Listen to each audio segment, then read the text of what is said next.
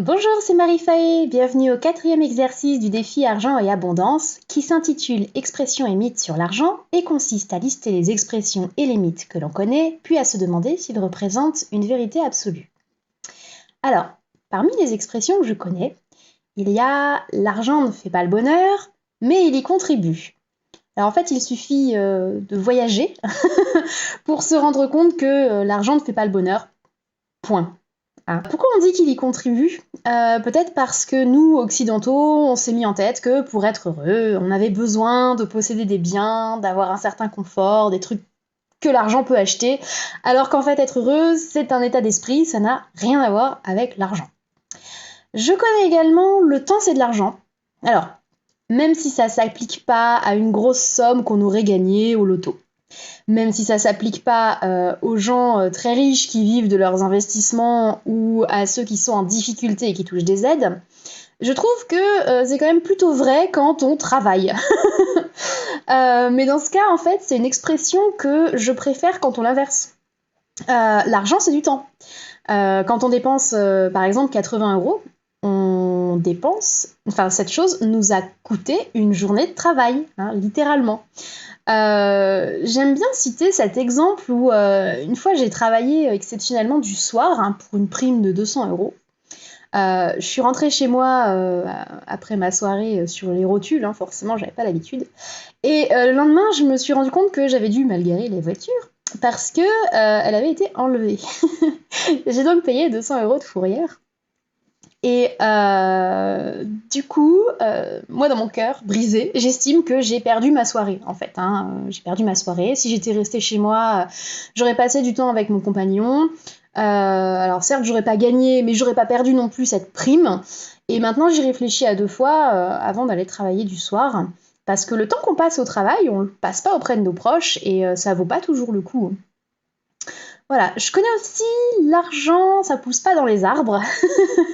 Alors, c'est une expression que j'aime bien. En fait, elle me vient spontanément quand on me réclame de l'argent dans la rue. Je pense que je pense comme ça parce que mon unique source de revenus, c'est mon travail. Donc mon argent, c'est du temps de travail, du temps que j'ai pas passé avec mes proches et du temps que j'ai pas envie de donner comme ça n'importe comment à n'importe qui. Voilà, d'abord je dois payer mes factures, ensuite mes loisirs, hein, parce que j'estime qu'après après avoir travaillé, j'ai droit à prendre du bon temps et parfois ça a un coût. Et le reste, je l'économise, à différents niveaux, certes. D'abord pour pallier aux imprévus de la vie courante, mais aussi sous forme d'épargne, parce que je suis pas sûre que ma génération aura droit à une retraite. Donc bref, à mon échelle, l'argent, ça pousse pas aux arbres, vraiment, vraiment.